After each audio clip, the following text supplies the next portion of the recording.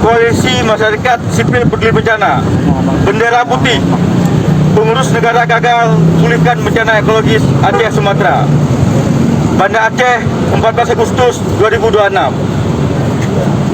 Aksi Bendera Putih sebagai simbol kegagalan negara dalam menangani bencana ekologis Aceh Sumatera.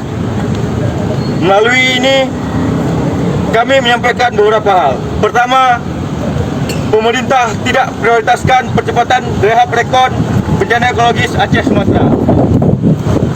Sikap itu terlihat dari tidak jelasnya kebijakan pemerintah menangani bencana ini. Bahkan sejak awal bencana terjadi di November 2025. Tidak menetapkan bencana ekologis Aceh Sumatera sebagai bencana nasional berdampak jelas pada tidak jelasnya kebijakan rehabilitasi dan rekonstruksi, serta tidak ditetapkan bencana nasional itu berpengaruh kepada kepastian kebijakan anggaran dan mekanisme pelaksanaannya.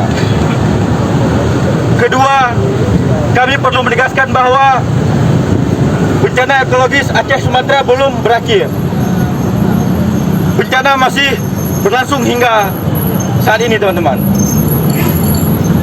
Dalam sebulan ini, beberapa daerah di Aceh seperti di Gelus, Aceh Tengah, Banda Meriah, di Aceh Utara itu masih banjir. Bahkan terbaru kita mendapatkan kabar semalam di Aceh Barat Daya telah terjadi banjir.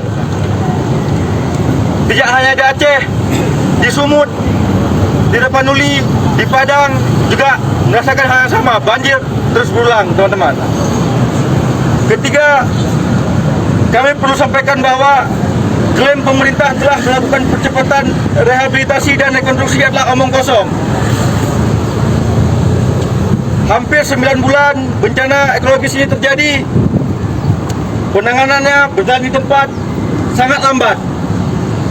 Pembersihan lumpur tidak maksimal, sungai masih dangkal, sawah dan kebun sebagai sumber ekonomi masyarakat belum tertangani, air bersih sulit, hunian sementara seadanya, hunian tetap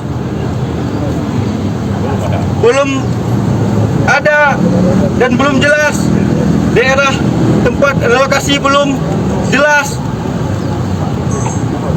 sekolah masih tenda, anak-anak masih menggunakan seling, akses jalan dan jembatan sebagai jalur ekonomi, pendidikan dan kesehatan masih pada tahap darurat.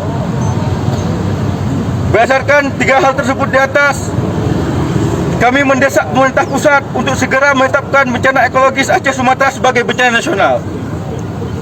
Segera lakukan percepatan rehabilitasi dan rekonstruksi dengan kepastian dan transparansi kebijakan anggaran yang jelas.